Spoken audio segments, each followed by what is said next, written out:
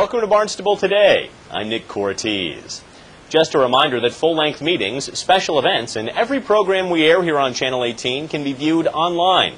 You can find it all in the town's video archives at town.barnstable.ma.us.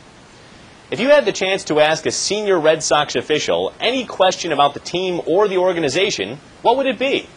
Certainly there's no lack of choices this year. High ticket prices, the Sox getting shut out of the postseason, possible moves for next year, or whether or not we'll see more non-baseball events like hockey and soccer games at Fenway Park, and that's just to name a few. Last week, a group of Cape Codders had the chance to pose some of those questions to Ron Bumgarner, the Sox Senior Vice President of Ticketing, as he visited the Cape Cod Baseball League Hall of Fame at the JFK Museum in Hyannis on the last stop of the club's listening tour that's been crisscrossing New England this season. Did your burning question get answered? Take a look. We have tried to kind of hold prices in some categories, as you probably know, and we've kind of spread it across the board, so you can get any price seat from a $12 seat up until a premium seat, the EMC Club. So our owner and president and CEO, especially Larry Lucchino, and I don't know if you're familiar with him, he is always focused on making sure that we keep a good portion of the seats affordable for families. And I'm a revenue guy, so sometimes I'm on the other side of the table and trying to pressure him. But we have $12 seats at Fenway, and those seats are probably, the market value of those is a lot more than that. So we're trying to control the growth, that's for sure. We have approximately 22,000 season tickets, about 22,000 full season equivalents, which means 22,000 seats in the ballpark of 37,000 seats are sold as season tickets. And we put a cap on it at that point. More of an answer than you asked for, but I have a problem with that. But we put a cap on it at like 60%. We have a waiting list of 8,000 people for season tickets, but we came to the consensus internally that it was very important that we leave as many tickets as possible available to the general public. We're fortunate enough that we could sell more season tickets, but we also think it's important that it's hard to get a Red Sox ticket, and we appreciate that fact. So we want to keep as many single game tickets available as possible, so different people have the experience, especially as new generations come up, to experience Fenway Park. And so that's one of the things we do to try to control that. Another thing we do is we have ticket limits. When someone goes on to purchase tickets, at the first day of sale, we have a limit of 8 tickets or 2 games to try to spread it around a little bit and make sure that as many different fans as possible get to come to Fenway Park. We think that's important from a fan perspective and a business perspective long term. So we also do random drawings for the highest demand games.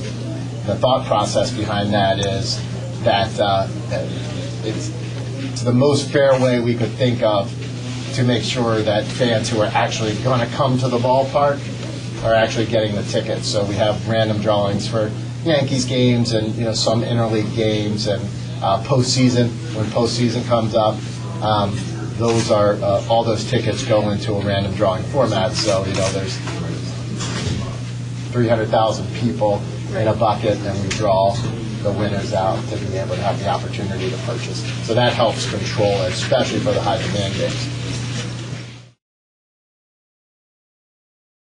We're constantly looking at other opportunities, both for the Red Sox themselves and non-game day type of events. So as you've probably seen, we've started to layer in more and more auxiliary events around Fenway. We've tried to be very selective as to what we bring in. We want to make sure it's a blue chip type of event. So, this past year we were so fortunate to have the Winter Classic, and then we followed that up with Frozen Fenway, which was the BCBU hockey game, and then this summer, which was really out of the box for us, and we had the soccer game at Fenway, football at Fenway, and it was a huge success. And I think every year we're going to continue to look at additional things, and we've had concerts every year.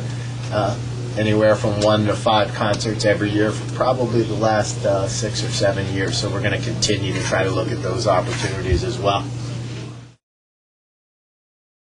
We've had suggestions from the folks in Vermont, I believe, to provide more vegetarian options at the ballpark, and you know, we've already done that.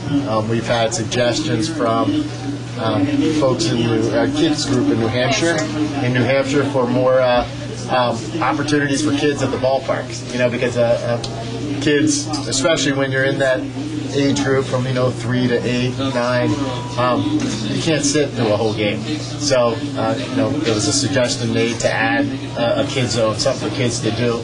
So we just recently, probably a couple homestands ago, we added Wally's World on Yawkey's Way, which is basically just a kids play zone.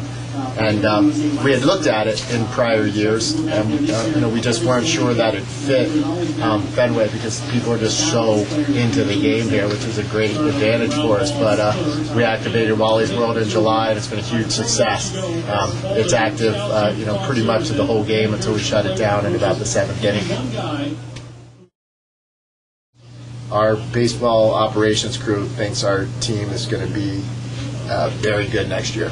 And there's some pieces to the puzzle that are question marks right now. And, one of the things I ask them, not understanding that side of baseball, to the degree I understand the business side, was, when are decisions likely to happen like that? And, I think the first opportunity is probably sometime in December, because, the first time you'll start to see a lot of movement from baseball teams on that side. Next year. It seems a long way away at this point, doesn't it? Well, now it's time to take a look at this week's meetings. Tuesday, September 28th, the Waterways Committee meets in the Selectmen's Conference Room, and the Greater Hyannis Civic Association holds an information session regarding the November debt exclusion ballot questions on sewer expansion and private roads. Members of CFAC, the Citizens Advisory Committee, and town staff will be on hand to make presentations and answer questions. All those meetings happen at 7 p.m. Wednesday, September 29th, the Zoning Board of Appeals meets at 7 p.m. in the Town Hall hearing room. This past Saturday, the Hyannis Youth and Community Center celebrated the one-year anniversary of its official grand opening with a day full of fun for the entire family. We leave you now with some of the images of the HYCC's first birthday bash. Enjoy, and we'll see you next time on Barnstable Today.